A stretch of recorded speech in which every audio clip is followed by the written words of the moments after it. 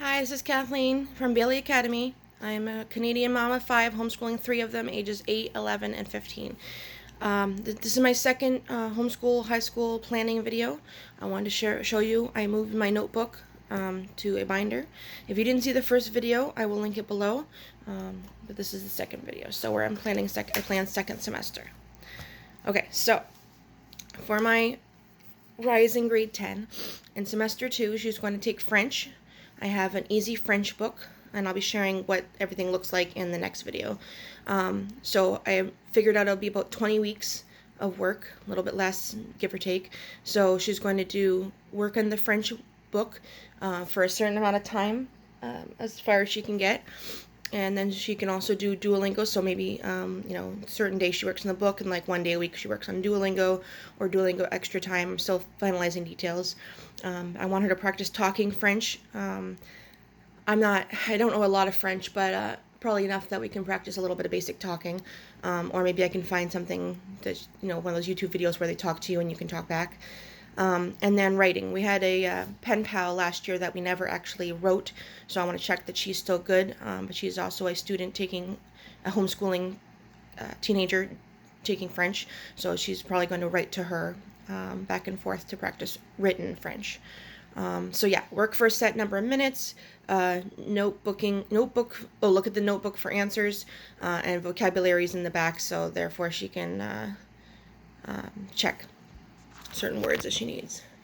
All right, for history, we're doing history in the 20th century, basically, 1900 to 1999. So as 20 weeks, I figured out that each group of 10 years, for the most part, and then doubled up on the ones that there's more to do. So like 00 to, or 00 to 10, 1900 to 1910, there's not a whole lot to do.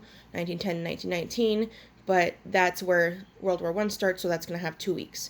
And these ones are going to have 2 weeks, and 2 weeks. 3 weeks for where World War II is, because there'll be a lot more to do.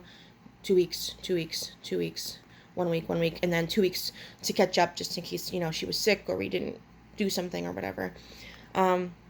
So this is what I'm planning. I'm doing history. I'm not using a curriculum for history. I am putting this together based on different resources that I have. And I just realized that this thing is causing a weird shadow. Hold on. Let me move this and this. There we go. That's better. Now you can actually see. Okay, so she's going to read a book.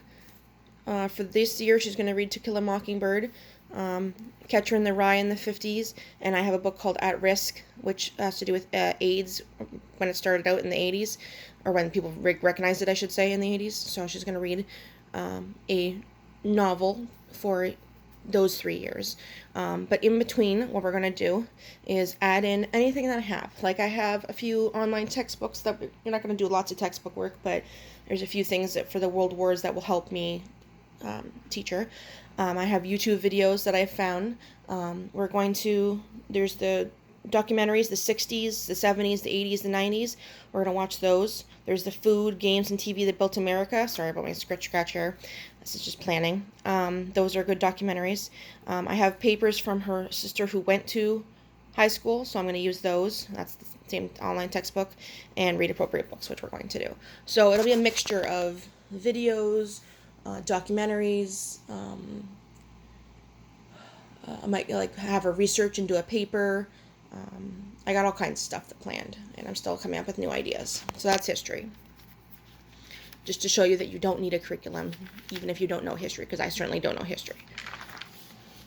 All right, for art, we are also not using a curriculum. So we made a list of all the things that she wants to do. She doesn't want to do just visual arts or just drama, or she wanted to do like introduction to arts. So sketching, drawing, painting with water and colors and acrylic, clay and sculpture, pastels, henna, which she already knows how to do, but she wants to get better at it. Pop art, landscaping and perception, realism, what is art, recycled art, photography, cultural art, famous artists, drama, dance, baby architecture, wood burning, which she's also done, and wood carving. So we'll probably think of more and add them in too, for sure. But so what I plan to do is I'm obviously going to do more planning, but I'm just going to plan a month at a time and come up with like specific art projects that I found online that are for high school level, and have her do one art project a week maybe, or every couple of days depending on how difficult it is, to give her time to work on it.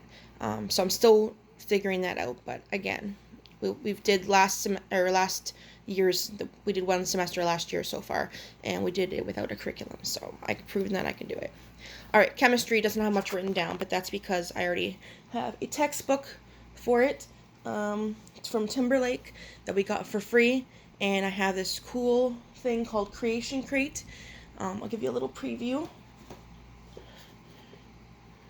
So they send you a starter kit and one of these for 20 weeks. So since she has 20 weeks of semester, she's going to do one experiment a week. Sorry. I'm going to be showing more of this in the next video that shows her curriculum. So I just wanted to give you a little quick peek. So she's going to be doing science experiments once a week, work in the chemistry workbook. And if that ends up being too boring or too confusing, I plan to also supplement with online free activities. She already knows a lot about the periodic table, but we have a book about that, and she can learn more about each element specifically instead of just memorizing the order of them. And she can, there's lots of other fun activities that she can do to supplement each section. Even though everything's not fully planned out, I still wanted to show you how I was doing it. Alright, Latin. She chose to do Latin. We're not like classical homeschoolers, we're eclectic, but she chose to do Latin. So I got two books that, well, one for this year, one for if she wants to continue Latin next year. I forgot to say, this video is not sponsored by anybody, but I did get some of my resources for review. But the videos and the blog posts and social media that I promised them in exchange for getting it, this is not one of them, so I will mark those as sponsored when necessary. But I did get the Latin books for review, and plan to if you hear that sound, that's my cat trying to get out the door. Psst. Kitty kitty, stop it. And Duolingo has Latin too, but I'm going to wait a couple weeks before she starts that, so she's got a basis in Latin before she tries to do that and doesn't confuse herself. So that's mostly what we're going to do for Latin. Alright, and that's it for semester 2. So just to show you my binder, I have 5 sections. So the first section is plan. So I have some pages that I got from Plan Your Year,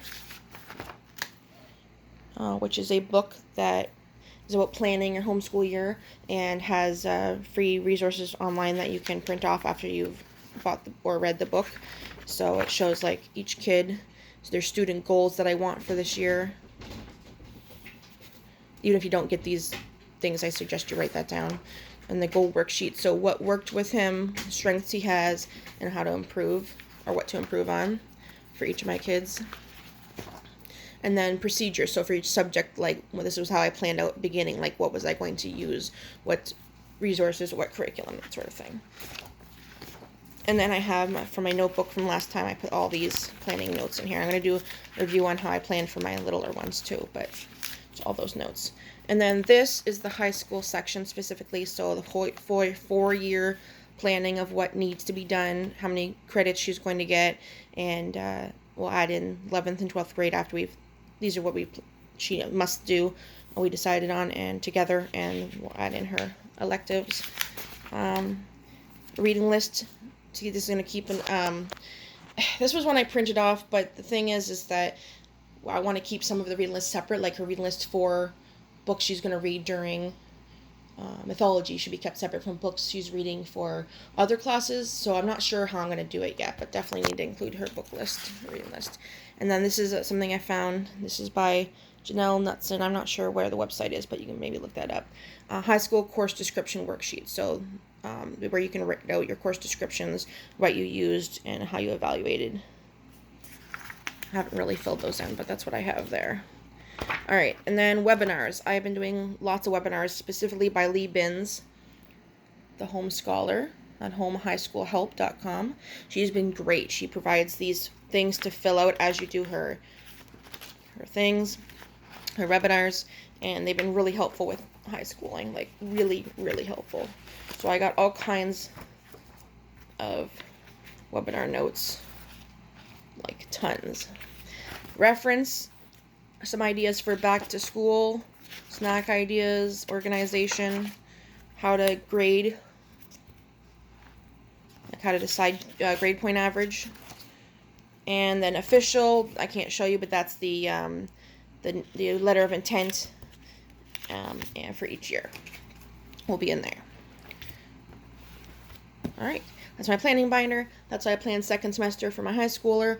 And now I'm going to film the video that shows all of her curriculum. So look for that video. Once I've posted it, I will link it in this video. If you're watching this right away and it's not linked, then I haven't posted it yet. All right, so thank you and bye.